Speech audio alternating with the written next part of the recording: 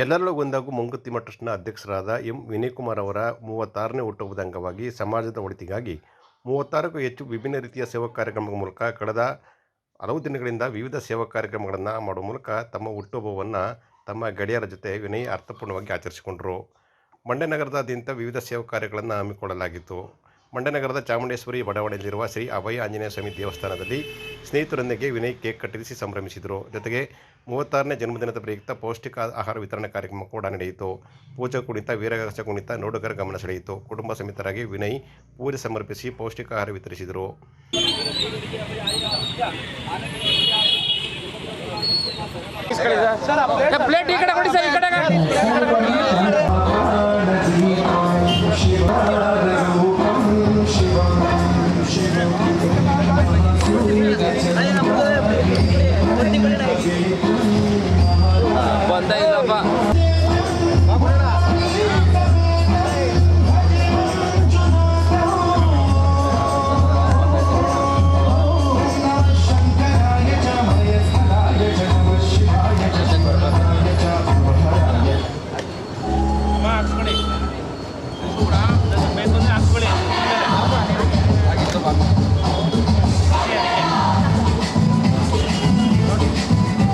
ವಿನಯ್ ಪಾಪಕ್ಕೆ ಹಾಕ್ರಿವಪ್ಪ, ಅಲ್ಲೇ ನಿಂತಾನ ಆಟದಿಂದ. ವ್ಯಾಪಾರ ಏನಾರು ಇಸ್ಕೊಂಡಿಲ್ಲ ಅಂದ್ರೆ ಮಾತ್ರ ಬಿಡಲ್ಲ. ಈಗಲೇ ಹೇಳಿದ್ದೀನಿ.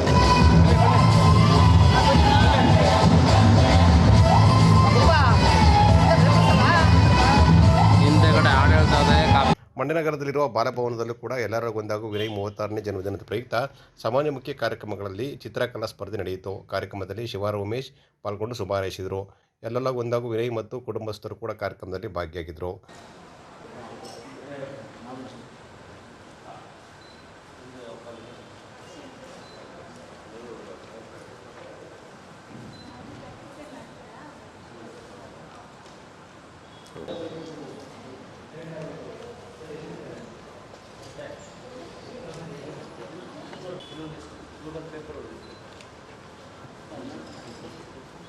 ಮೇಡಮ್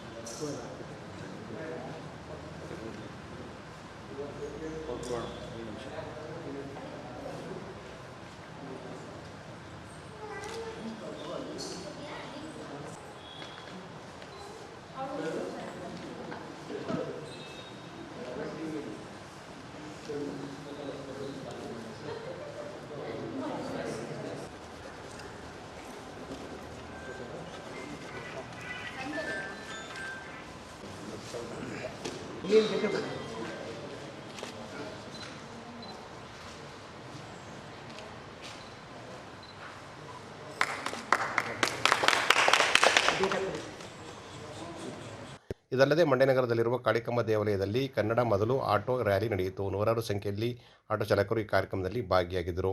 ಎಲ್ಲರಿಗೊಂದಾಗೂ ವಿನಯ್ ಅವರಿಗೆ ವಿಕಲಚೇತನರು ಹುಟ್ಟುಹಬ್ಬಕ್ಕೆ ಶುಭಾಶಯ ಕೋರಿ ಅಭಿನಂದಿಸಿದರು. ಅಧ್ಯಕ್ಷರು ಹಾಗೂ ಅಂತಾರಾಷ್ಟ್ರೀಯ ಕ್ರೀಡಾಪಟು ಬಿದರ ಹೊಸಳ್ಳಿ ಬೋರೇಗೌಡ, ಮರಳೆಗಾರ ಮಂಜುನಾಥ್, ಬೂಕನಕೆರೆ ಪೆಟ್ರೋಲ್ ಬ್ಯಾಂಕ್ ಮಂಜು, ಗುರುರಾಜ್ ಸೇರಿದಂತೆ ಅನೇಕರಿದ್ದರು. ಕಮ್ಮಿ ಬೀಳುತ್ತೆ. ಅವರು ತಮ್ಮ ಒಡವೆಯನ್ನು ಅಡ ಇಟ್ಟು ಆ 2.5 ಕೋಟಿಯನ್ನು ತುಂಬಿಸಿಕೊಟ್ಟು, ಇದು ಕೇವಲ ನಾನು ಕೊಟ್ಟಿದ್ದು 3 ಉದಾಹರಣೆ. ಈ ರೀತಿ ಸಾವಿರಾರು ಉದಾಹರಣೆಗಳಿದ್ದಾವೆ. ಇಲ್ಲೇ ನಿಮ್ಮ ಕಣ್ಮುಂದೆ 50-60 ಈಗ ಹೇಳಿ. ಇನ್ ಮುಂದೆ ಕನ್ನಡ ಚಿಂತನೆಯನ್ನ, ಕನ್ನಡ ಪರ ಚಿಂತನೆಯನ್ನ ಪ್ರಾದೇಶಿಕ ಚಿಂತನೆ ಅಂತ ಕರೆಯೋದು 2 ಪ್ರಮುಖ ಕಾರಣಗಳಿಗೆ ಈ ಕಾರ್ಯಕ್ರಮ ನಡೀತಾ ಇದೆ. ಒಂದ್ ಕಡೆ ಇದು ಹೋರಾಟದ ಸಭೆ ಅಲ್ಲ, ಇದು ಪ್ರತಿಭಟನೆ ಸಭೆ ಅಲ್ಲ. ಆದ್ರೆ ಕನ್ನಡವನ್ನ ಉಳಿಸಿ ಬೆಳೆಸುವಂತ ಕೆಲಸವನ್ನ ನಾವೆಲ್ಲರೂ ಮಾಡಬೇಕಾಗಿದೆ. 2000 ವರ್ಷ ಈ ರೀತಿ ಕನ್ನಡದ ಅನೇಕ ಜನರನ್ನು ನೆಲೆಸಿದ್ದಾರೆ. ನಾವು ಮಂಡ್ಯ ನಗರದ ಜೆಸಿ ವೃತ್ತಕ್ಕೆ ಆಗಮಿಸಿದ ಶಾಸಕ ರವಿಕುಮಾರ್ ಗೌಡಗಣಿಗ ಅವರು ಎಲ್ಲರಿಗೊಂದಾಗೂ ವಿನಯ್ ಅವರಿಗೆ ಅಭಿನಂದಿಸಿ ಆಟೋ ರ್ಯಾಲಿಗೆ ಕೂಡ ಚಾಲನೆ ನೀಡಿದರು. ಈ ಸಂದರ್ಭದಲ್ಲಿ ಅನೇಕ ಬಳಗದ ಸದಸ್ಯರು ಕೂಡ ಹಾಜರಿದ್ದರು. ಇದಲ್ಲದೆ ಮಂಡ್ಯ ನಗರ ಸೇರಿದಂತೆ ವಿವಿಧ ತಾಲೂಕುಗಳಲ್ಲೂ ಕೂಡ ದಿನವಿಡೀ ಸಮಾಜಮುಖಿ ಕಾರ್ಯಕ್ರಮಗಳು ನಿರಂತರವಾಗಿ ನಡೆದವು.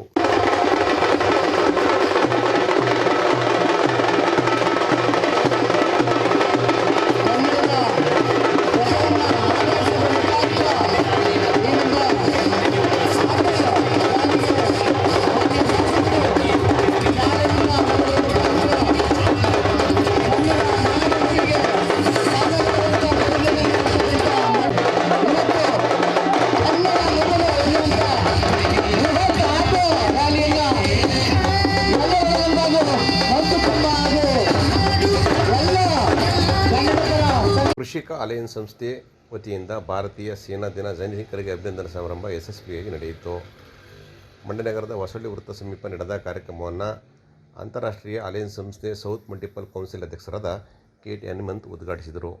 ನಂತರ ಮಾತನಾಡಿದ ಅವರು, ದೇಶ ಕಾಯುವ ಸೈನಿಕ, ಅನ್ನ ಕೊಡುವ ರೈತ ನಿಜವಾದ ಹೀರೋಗಳು, ರೀಲ್ನಲ್ಲಿ ಕಾಣುವ ಸಿನಿಮಾ ನಾಯಕರಲ್ಲ ಅಂತ ಅಭಿಪ್ರಾಯಪಟ್ಟರು. ಪ್ರಸ್ತುತ ಭಾರತ ದೇಶ ವಿಶ್ವದಲ್ಲಿಯೇ 4ನೇ ಅತಿದೊಡ್ಡ ಸೈನ್ಯಬಲ ಹೊಂದಿರುವ ರಾಷ್ಟ್ರವಾಗಿದೆ. ಭಾರತೀಯ ಸೇನೆಯ ಅದಮ್ಯ ಧೈರ್ಯ, ನಿಸ್ವಾರ್ಥ ಸೇವೆಯನ್ನು ಸ್ಮರಿಸುವ ದಿನ ಇದಾಗಿದೆ. ನಿತ್ಯ ಸ್ಮರಿಸಿ ಸೈನಿಕರಿಗೆ ಚೈತನ್ಯ ತುಂಬಿ ಗೌರವಿಸಬೇಕಾಗಿದೆ ಅಂತ ಅವರು ಹೇಳಿದರು. ಭೂ, ವಾಯು, ಜಲ, ಅಂತರ್ಗಾಮಿ ತಂತ್ರಜ್ಞಾನ ಹೀಗೆ ಹಲವು ವಿಭಾಗಗಳಲ್ಲಿನ ಸೈನಿಕರು ದೇಶ ಕಾಯುತ್ತಿದ್ದಾರೆ. ಅದರಲ್ಲೂ ಹಿಮಾಲಯ ಪ್ರದೇಶದ ಗಡಿಯಲ್ಲಿ -ಡಿಗ್ರಿ ಚಳಿಯಲ್ಲಿ ನಿಂತು ದೇಶ ಸೇವೆ ಮಾಡುತ್ತಿರುವ ಎಲ್ಲ ಸೈನಿಕರಿಗೆ ಕೋಟಿ ಕೋಟಿ ನಮನಗಳು ಅಂತ ಹೇಳಿದರು. ಕೃಷಿಕ ಅಲಯನ್ಸ್ ಸಂಸ್ಥೆ ವತಿಯಿಂದ ಪ್ರತಿ ವರ್ಷ ಒಟ್ಟು ಅನೇಕ ಮಂದಿ ಯೋಧ, ಸೈನಿಕ, ನಿವೃತ್ತಿಗೊಂಡ ಸೈನಿಕರನ್ನು ಅಭಿನಂದಿಸಿ ಗೌರವಿಸುತ್ತಿದ್ದೀವಿ ಅಂತ ಹೇಳಿದರು. ಅಲಯನ್ಸ್ ಸಂಸ್ಥೆಯನ್ನು ಪ್ರಾರಂಭ ಮಾಡಿ ಬಹಳಷ್ಟು ಸೇವೆಗಳನ್ನು ಮಾಡಿ ಈಗ ಕಳೆದ 2 ವರ್ಷಗಳಿಂದ ಅದನ್ನೇ ಕೃಷಿಕ ಅಲಯನ್ಸ್ ಅಂತೇಳಿ ಮಾಡಿದ್ವಿ. ಆದರೆ ಕಳೆದ 16 ವರ್ಷಗಳಿಂದಲೂ ಕೂಡ ನಿರಂತರವಾಗಿ ನಾವು ಭಾರತೀಯ ಸೇನಾ ದಿನವನ್ನು ಆಚರಣೆ ಮಾಡೋದನ್ನ ನಿಲ್ಲಿಸಿಲ್ಲ. ಯಾಕೆಂತಂದ್ರೆ ನಮ್ಮ ಸಂಸ್ಥೆ ಹುಟ್ಟಿರೋದೇ ಮತ್ತು ಕೃಷಿಕರಿಗೆ ಮತ್ತು ಸೈನಿಕರಿಗೆ ಹೆಚ್ಚಿನ ಪ್ರಾಶಸ್ತ್ಯವನ್ನು ಕೊಡಬೇಕಂತಕ್ಕಂಥ ನಿಟ್ಟಿನಲ್ಲಿ ನಮ್ಮ ಹೆಸರೇ ಕೃಷಿಕ ಅಲಯನ್ಸ್ ಸಂಸ್ಥೆ ಅಂತೇಳಿ ನಾವು ಪ್ರಾರಂಭ ಮಾಡಿದ್ವಿ. ಹಾಗಾಗಿ ಇವತ್ತು 16ನೇ ವರ್ಷದ ಭಾರತೀಯ ಸೈನಿಕ ದಿನವನ್ನು ಇವತ್ತು ಆಚರಣೆ ಮಾಡ್ತಾ ಇದ್ದೀವಿ. ಈ ಒಂದು ಈಗಾಗಲೇ ನಮ್ಮ ಅಲೋಕ್ ಕುಮಾರ್ ಪಾಂಡೆ ಅವರು ಇದ್ದಾರೆ. ಈ ಭಾರತೀಯ ಸೈನ್ಯ ಇದರ ಹಿನ್ನೆಲೆ ಏನಪ್ಪಾ ಅಂತಂದ್ರೆ ಜನವರಿ 15, 1949ರಲ್ಲಿ ಬೂಚರ್ ಅಂತೇಳಿ ಬ್ರಿಟಿಷ್ನ ಸೈನ್ಯ ದಂಡನಾಯಕರು ನಮ್ಮನ್ನು ಬಿಡ್ತಾರೆ ಭಾರತದಲ್ಲಿ. ಅವರು ಜನವರಿ 15, 1949ನೇ ತಾರೀಕು ನಮ್ಮ ಫೀಲ್ಡ್ ಮಾರ್ಷಲ್ ಕಾರ್ಯಪ್ಪ, ನಮಗೆಲ್ಲ ಗೊತ್ತಿರ್ಬೋದು, ಮಡಿಕೇರಿಯವರು, ಇದೇ ನಮ್ಮ ಪಕ್ಕದ ಜಿಲ್ಲೆಯವರು, ಅವರು ಭಾರತೀಯ ಸೈನ್ಯದ ಮೊದಲ ದಂಡನಾಯಕರಾಗಿ ಅಧಿಕಾರವನ್ನ ಬ್ರಿಟಿಷ್ ಸೇನಾಧಿಕಾರಿಗಳ ಅಧಿಕಾರವನ್ನು ಸ್ವೀಕಾರ ಮಾಡುವಂತ ದಿವಸ. ಹಾಗಾಗಿ ಆ ದಿವಸವನ್ನ ಭಾರತೀಯ ಸೈನ್ಯ ದಿನ ಅಂತೇಳಿ ಆಚರಣೆ ಮಾಡ್ತಕ್ಕಂಥ ಪರಿಪಾಠ ಇರ್ತಕ್ಕಂಥದ್ದು. ಹಾಗಾಗಿ ನಿರಂತರವಾಗಿ ಅವತ್ತು ನೋಡಿ, ನಮ್ಮ ಕರ್ನಾಟಕದವರೊಬ್ಬರು ಈ ದೇಶದ ಸೈನ್ಯದ ಮೊದಲ ದಂಡನಾಯಕರಾಗಿದ್ರು ಅಂದ್ರೆ ನಾವು ನಿಜವಾಗ್ಲೂ ಹೆಮ್ಮೆ ಪಡುವಂತ ವಿಚಾರ ಇದೆ ಅಲ್ವಾ. ಹಾಗಾಗಿ ಆ ದಿನವನ್ನು ನಾವು ಆಚರಣೆ ಮಾಡ್ಕೊಂಡು ಬರ್ತಾ ಇದ್ದೀವಿ. ನಿಮ್ಗೆಲ್ಲ ಗೊತ್ತೇ ಇದೆ, ಇವತ್ತು ನಾವಿಷ್ಟೆಲ್ಲ ಇಲ್ಲಿ ಆರಾಮಾಗಿ ಒಂದು ಕಾರ್ಯಕ್ರಮ ಮಾಡ್ತಾ ಇದ್ದೀವಿ ಅಂತಂದ್ರೆ ಇದಕ್ಕೆ ಬಹಳ ಮುಖ್ಯ ಕಾರಣ ಯಾರು? ಸೈನಿಕರು. ಸೈನಿಕರಿಲ್ಲ ಅಂದ್ರೆ ನಾವು ಇಷ್ಟು ಸ್ವತಂತ್ರವಾಗಿ ಕೂತ್ಕೊಂಡು ನಾವು ಒಂದು ಕಾರ್ಯಕ್ರಮವನ್ನು ಮಾಡ್ಲಿಕ್ಕೆ ಸಾಧ್ಯ ಇಲ್ಲ. ಇನ್ನೊಂದು, ನಿಜವಾದ ದೇಶದ ನಿಜವಾದ ಹೀರೋ ಅಂತಂದ್ರೆ ಅದು ಸೈನಿಕ ಅಲ್ವಾ. ಯಾಕೆಂತಂದ್ರೆ ಇತ್ತೀಚಿನ ದಿನಮಾನಗಳಲ್ಲಿ ನೋಡಿ, ಯಾವ್ದೋ ಬಿಗ್ ಬಾಸ್ ಅಂತ ಎಷ್ಟು ಬೇಜಾರಾಗುತ್ತೆ ಅಂತಂದ್ರೆ ಏನ್ ಕಳೆದಿದ್ದಾಗಿರೋ ಅಂತೇಳಿ ನಮ್ಮ ಜನಕ್ಕೆ ಹುಚ್ಚು ಮಲ್ಲಾಗ್ಲಿ ಎಲ್ಲ ಬಂದ್ಬಿಡೋದು. ಬೇಜಾರು ಮಾಡ್ಕೋಬೇಡಿ. ಯಾವ ಫೇಸ್ಬುಕ್ ತೆಗೀರಿ, ಯಾವ ವಾಟ್ಸಪ್ ತೆಗೀರಿ, ಯಾವ ಪೇಪರ್ ತೆಗೀರಿ, ಯಾವ ಚಾನಲ್ ತೆಗೀರಿ, ಬರೀ ಬಿಗ್ ಬಾಸ್ ನೋಡ. ಇದೇನ್ರಿ ಈ ದೇಶದಲ್ಲಿ ನಮ್ಮ ಜನಕ್ಕೆ ಸ್ವಲ್ಪ ಬುದ್ಧಿ ಇಲ್ವಾ ಅಂತ ನಿಜವಾಗಿ ಎಷ್ಟು ಬೇಜಾರಾಗುತ್ತೆ ಅಂತಂದ್ರೆ ನೋಡಿ, ನಮ್ಮ ಅಲೋಕ್ ಕುಮಾರ್ ಪಾಂಡೆ ಅಂತ ಇಂಥ ಕರೆದು ಸನ್ಮಾನ ಮಾಡಿ ನೀವು ಇವ್ರನ್ನ ಪ್ರೀತಿಸಿ ಗೌರವಿಸಿ ಅಲ್ವಾ. ಅನ್ನ ಕೊಡೋ ರೈತ ಅಲ್ವಾ, ಇಂಥ ದೇಶ ಕಾಯುವ ಸೈನಿಕರು, ಇಂಥವ್ರ ನಾವು ನಿಜವಾದ ಹೀರೋಗಳು ಅಂತ ತಿಳ್ಕೊಂಡ್ರೆ ಆಗ ಮಾತ್ರ ನಮಗೆ ಶ್ರೇಯಸ್ಸಾಗುತ್ತೆ ಅಂತಕ್ಕಂಥದ್ದು ನನ್ನ ಒಂದು ಭಾವನೆ ಅಲ್ವಾ. ಹಾಗಾಗಿ ಇವತ್ತು ನಮ್ಮ ಭಾರತೀಯ ಸೈನ್ಯ ಅಂತಂದ್ರೆ ಬಹಳ ನೋಡಿ, 16,106 ಕಿಲೋಮೀಟರ್ ಬಾರ್ಡರ್ ಇರ್ತಕ್ಕಂಥದ್ದು ಗಡಿ, 16,106 ಕಿಲೋಮೀಟರ್ ಗಡಿಯನ್ನ ನಮ್ಮ ಸೈನಿಕರು ಹಗಲು ರಾತ್ರಿ ದಿನದ 24 ಗಂಟೆ ಕಾಯ್ತಾರೆ ಅವರು. ಆಮೇಲೆ ನಮ್ಗೆಲ್ಲ ಸಿಯಾಚಿನ್ ಅಂತ ಹೇಳಿದೆ, ಸರ್ ನೋಡಿರ್ಬೋದು, ಸಿಯಾಚಿನ್ ಅಂತ ಹೇಳಿ. ಅದು ಲಾಸ್ಟ್, ಅದು ಅಲ್ಲಿ ಏನಪ್ಪಾ ಅಂತಂದ್ರೆ ನಮ್ಮ ಸಮುದ್ರ ಮಟ್ಟದಿಂದ 18,000 ಅಡಿ ಎತ್ತರದಲ್ಲಿರ್ತಕ್ಕಂಥ ಸಿಯಾಚಿನ್ ಗಡಿ. ಆ ಗಡಿಯನ್ನ 24 ಗಂಟೆ ಅಲ್ಲಿ -60 ಡಿಗ್ರಿ ಸೆಲ್ಸಿಯಸ್ ಉಷ್ಣಾಂಶ ಹೋಗುತ್ತೆ ಅಲ್ಲಿ. ಯಾಕಂದ್ರೆ -60 ಡಿಗ್ರಿ ಆ ಉಷ್ಣಾಂಶದಲ್ಲಿ ನಮ್ಮ ದಿನದ 24 ಗಂಟೆ ನಾವು ಕಾಯ್ತಾರೆ 365 ದಿವಸ ಅಂತಂದ್ರೆ ಆ ಸೈನಿಕರ ತ್ಯಾಗ ನಾವು ಎಲ್ಲರೂ ಕೂಡ ನಾವು ಸ್ಮರಣೆ ಮಾಡ್ಕೊಂಡಿರ್ಬೇಕು ಅಲ್ವಾ. ಹಾಗಾಗಿ ನಾವಂತೂ ಪ್ರತಿ ವರ್ಷ ಸೈನಿಕರು ನಿವೃತ್ತರಾದಂತ ಇರ್ಬೋದು, ಮತ್ತೆ ಕೆಲವರು ರಜೆಗೆ ಬಂದಿರ್ತಾರೆ ಪಾಪ, ಆಕ್ಟಿಂಗ್ ಇರ್ತಕ್ಕಂಥವ್ರು ಮಜಕ್ಕೆ ಬಂದಾಗ ಅವ್ರು ಹಿಡಿದು ನಾವು ಅಭಿನಂದನೆ ಮಾಡಿಕೊಂಡ ಕೆಲಸವನ್ನ ನಾವು ಮಾಡ್ತಾ ಇದ್ದೀವಿ. ಹಾಗಾಗಿ ಪ್ರತಿಯೊಬ್ಬರು ಕೂಡ ಸೈನ್ಯವನ್ನ, ಅದು ನಮ್ಮ ಭಾರತೀಯ ಸೇನೆ ಅಂತಂದ್ರೆ ಬಹಳ ವಿಶಿಷ್ಟವಾದಂತ ಒಂದು ಪಡೆ. ಸುಮಾರು ಇಡೀ ಜಗತ್ತಿನಲ್ಲಿ ಎರಡನೇ ದೊಡ್ಡ ಸೇನೆ ನಮ್ಮ ಭಾರತೀಯ ಸೇನೆ. ಹಾಗಾಗಿ ನಾವೆಲ್ಲರೂ ಕೂಡ ಈ ಒಂದು ಸಂದರ್ಭದಲ್ಲಿ ಏನಪ್ಪಾ ಅಂತಂದ್ರೆ ಸೈನಿಕರನ್ನು ಗುರುತಿಸಿ ಗೌರವಿಸತಕ್ಕಂಥ ಕೆಲಸವನ್ನು ನಾವು ಮಾಡಬೇಕು ಅಂತಕ್ಕಂಥ ಒಂದು ನಿಟ್ಟಿನಲ್ಲಿ ನಾವು ಇವತ್ತು ಒಂದು ಕಾರ್ಯಕ್ರಮವನ್ನು ಆಯೋಜನೆ ಮಾಡ್ಕೊಂಡಿದ್ದೀವಿ.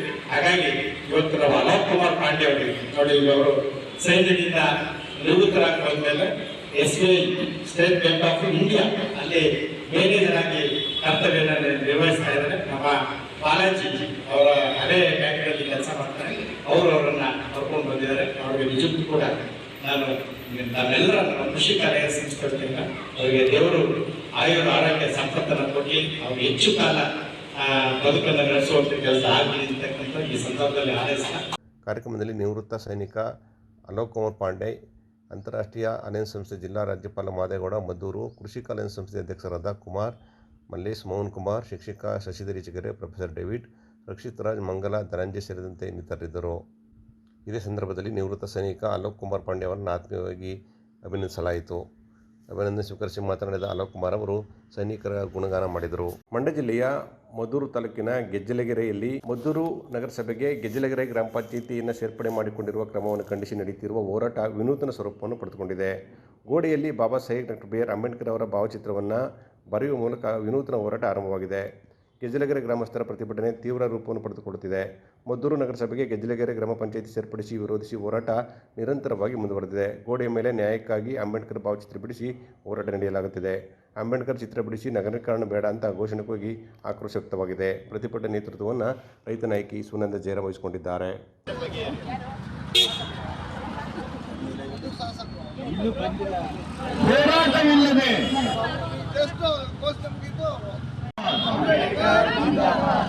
जिंदाबाद जिंदाबाद जिंदाबाद जिंदाबाद जिंदाबाद जिंदाबाद जिंदाबाद जिंदाबाद जिंदाबाद जिंदाबाद जिंदाबाद जिंदाबाद जिंदाबाद ಮಂಡ್ಯ ನಗರದಲ್ಲಿರುವ ಗಾಂಧಿ ಭವನದಲ್ಲಿ ಜಿಲ್ಲಾ ಕನ್ನಡ ಸಾಹಿತ್ಯ ಪರಿಷತ್ ವತಿಯಿಂದ ಪದ್ಮಶ್ರೀ ಪ್ರಶಸ್ತಿ ಪುರಸ್ಕೃತರಾದ ಪುಸ್ತಕ ಪ್ರೇಮಿ ಅಂಕೇಗೌಡ ಅವರಿಗೆ ಅಭಿನಂದನೆ ಸಮಾರಂಭ ಯಶಸ್ವಿಯಾಗಿ ನಡೆಯಿತು. ಕಾರ್ಯಕ್ರಮವನ್ನು ಹಿರಿಯ ಸಾಹಿತಿ ತೈಲೂರು ವೆಂಕಟಕೃಷ್ಣ ದೀಪ ಬೆಳಗುರು ಮೂಲಕ ಉದ್ಘಾಟಿಸಿದರು. ಈ ಸಂದರ್ಭದಲ್ಲಿ ಪುಸ್ತಕ ಪ್ರೇಮಿ ಅಂಕೇಗೌಡ ಅವರನ್ನು ಗಣ್ಯರು ಆತ್ಮೀಯವಾಗಿ ಗೌರವಿಸಿದರು. ಅಭಿನಂದನೆ ಸ್ವೀಕರಿಸಿ ಮಾತನಾಡಿದ ಅಂಕೇಗೌಡರು, ನನಗೆ ಈ ಪ್ರಶಸ್ತಿ ಪ್ರದಾನ ಮತ್ತು ಇನ್ನಿತರೆ ಕಾರ್ಯಕ್ರಮಗಳಿಗಿಂತ ನನ್ನ ಪುಸ್ತಕ ಸಂಗ್ರಹಾಲಯಕ್ಕೆ ಒಂದು ನೆರವು ನೀಡಬೇಕು ಮತ್ತು ಆಸರೆಯಾಗಬೇಕು ಅಂತ ಮನವಿ ಮಾಡಿಕೊಂಡರು. ಸಮಾರಂಭದಲ್ಲಿ ಕನ್ನಡ ಸಾಹಿತ್ಯ ಪರಿಷತ್ ಮಾಜಿ ಅಧ್ಯಕ್ಷರಾದ Meera Shivalingaiah, Harsha V Pannedoddi, doctor Jayaprakash Gowda, GT Veerappa, DP Swamy, Poornachandra Tejaswi, Chandralingu, Sunil Kumar, Chandrashekhar, Siddalinga, Prakash, Mahadeva Swamy, Chetan Kumar ಸೇರಿದಂತೆ ಇನ್ನಿತರರಿದ್ದರು.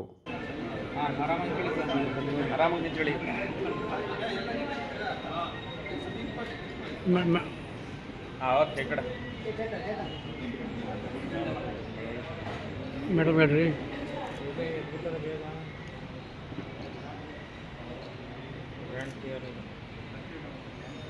ಸಮಾಜದಲ್ಲಿ ಸಮಾನತೆಯು ನಿರ್ಮಾಣವಾದಾಗ ಮಾತ್ರ ಉತ್ತಮ ಜೀವನ ಸಾಧ್ಯವಾಗಲಿದ್ದು, ಇದಕ್ಕೆ ಎಲ್ಲರ ಸಹಕಾರ ಅತ್ಯಗತ್ಯ ಅಂತ ತಹಶೀಲ್ದಾರ್ ಪರಶುರಾಮ್ ಸತ್ತಿಗೆರೆ ತಿಳಿಸಿದರು.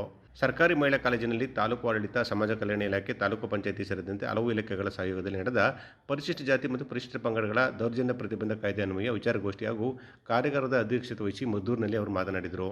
ಭಾರತ ದೇಶದ ಸಂವಿಧಾನದಲ್ಲಿ ಏಕತೆ, ಸಮಗ್ರತೆ ಇರಬೇಕು ಎಂದಿದೆ. ಇದನ್ನು ಎಲ್ಲರೂ ಪಾಲಿಸಬೇಕು ಹಾಗೂ ಸಮಾಜದಲ್ಲಿ ಅಸ್ಪೃಶ್ಯತೆ ಎಂಬುದು ಒಂದು ಪಿಡುಗಾಗಿದ್ದು ಇದು ಹೋಗಲಾಗಬೇಕು ಅಂತ ಹೇಳಿದರು. ಕೆಲವೊಂದು ಕಡೆಗಳಲ್ಲಿ ಅಸ್ಪೃಶ್ಯತೆ ಈಗಲೂ ಇರುವ ಬಗ್ಗೆ ದೂರುಗಳು ಬರುತ್ತಿದ್ದು ಇದನ್ನು ಕೇಳಿ ಬೇಸರವಾಗುತ್ತದೆ ಎಂದ ಅವರು, ಇಂತಹ ಮುಂದುವರೆದ ದಿನಗಳಲ್ಲಿ ಜನತೆ ಹೆಚ್ಚು ಪ್ರಜ್ಞಾವಂತರಾಗಿದ್ದರೂ ಕೆಲವೊಂದು ಘಟನೆಗಳು ಆಗುವುದು ಬೇಸರ ತರುತ್ತದೆ ಅಂತ ಅವರು ಹೇಳಿದರು. ಸಮುದಾಯಗಳನ್ನು ಮೇಲೆತ್ತುವ ಸಲುವಾಗಿ ಈಗ ರಿಸರ್ವೇಶನ್ ಕೊಟ್ಟಿರೋದು.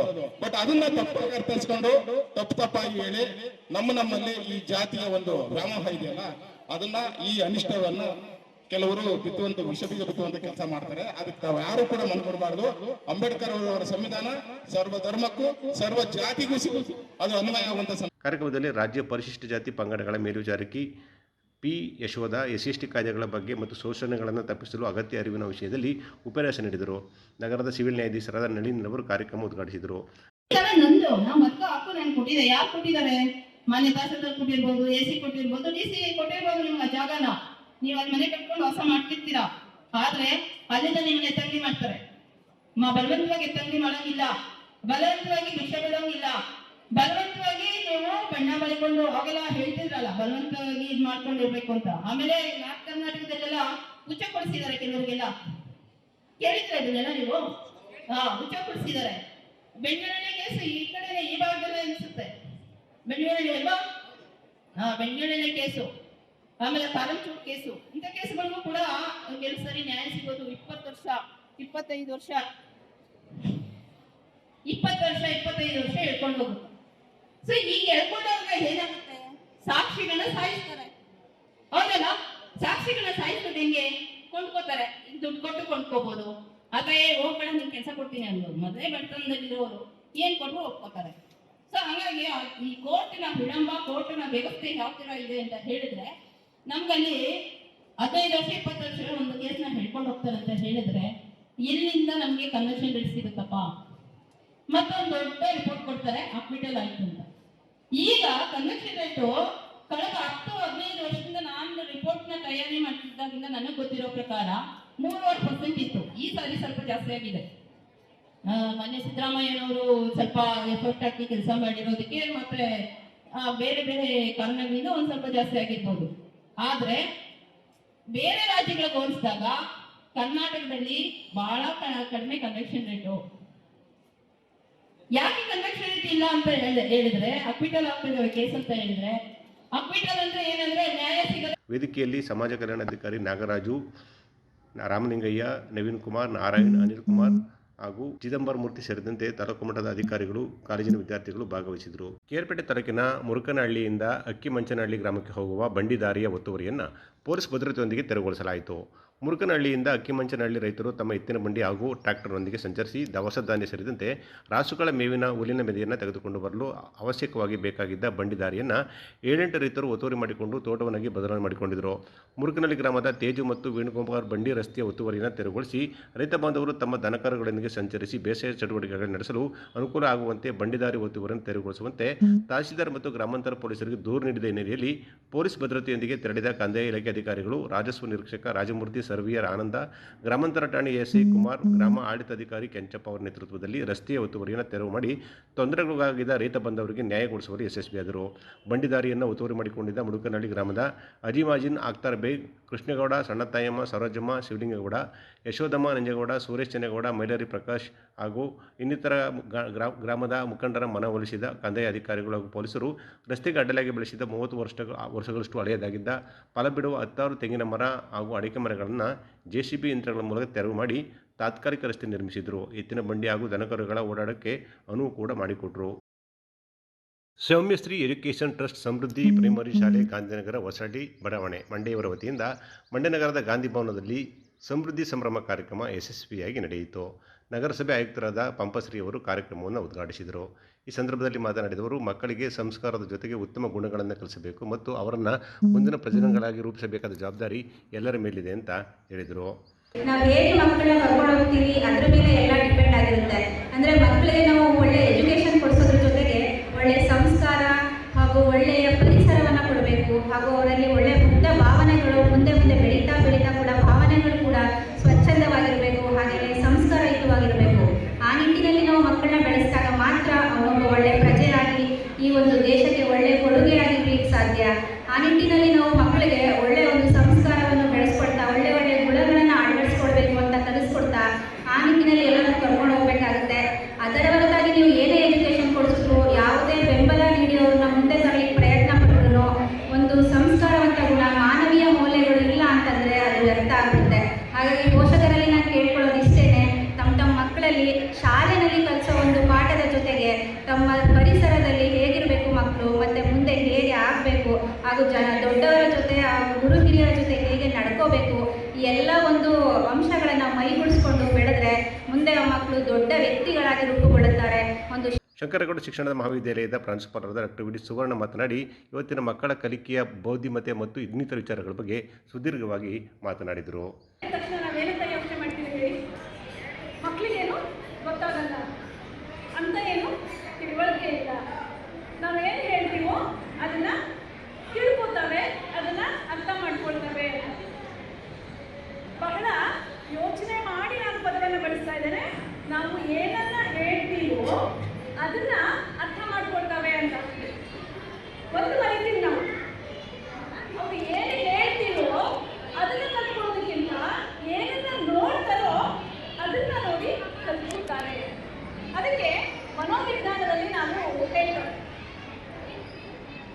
ವೀಕ್ಷಣಾ ಕಲಿಕೆ ಅಂತ ಹೇಳಿ. ನಿಮ್ಮ ಆಡು ಭಾಷೆಯಲ್ಲಿ ಹೇಳಬೇಕು ಅಂತ ಹೇಳಿ ಅಂದ್ರೆ ನೋಡುವ ಮೂಲಕ ಕಲಿಕೆ ಅಂತ ಹೇಳಿ. ಆಯ್ತಾ? ಏನು ಮಕ್ಕಳು ಏನನ್ನ ನೋಡ್ತಾರೆ?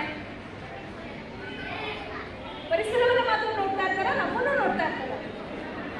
ಖಂಡಿತ ನಮ್ಮನ್ನೂ ಕೂಡ ನೋಡ್ತಾ ಇರ್ತಾರೆ. ನಾವು ಹೇಗೆ ನಡ್ಕೊಳ್ತೀವಿ ಅದನ್ನು ಕೂಡ ನೋಡ್ತಾ ಇರ್ತಾರೆ. ಅದಕ್ಕೆ ಏನು ಗೊತ್ತಾಗುತ್ತೆ ಅನ್ಕೊತೀವಿ ಅಲ್ವಾ?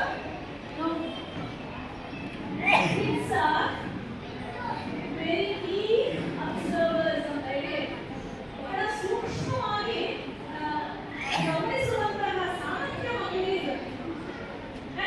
ಕಾರ್ಯಕ್ರಮದಲ್ಲಿ ವೈದ್ಯಕೀಯ ಶಿಕ್ಷಣ ಸಂಸ್ಥೆಯ ಮಕ್ಕಳ ವೈದ್ಯರಾದ doctor M N. Lakshmi, Soumyashree, education ಟ್ರಸ್ಟ್ನ ಅಧ್ಯಕ್ಷರಾದ ಸುಶೀಲಾ ಮಾಯಗಯ್ಯ, ಹೊಸಳ್ಳಿ ಸರ್ಕಾರಿ ಶಾಲೆಯ STMC ಅಧ್ಯಕ್ಷರಾದ ಶೇಖರ್, ಟ್ರಸ್ಟಿಗಳಾದ ಮಾನಸ, ಪ್ರಾಂಶುಪಾಲರಾದ ಲತಾ ಸೇರಿದಂತೆ ಅನೇಕರಿದ್ದರು.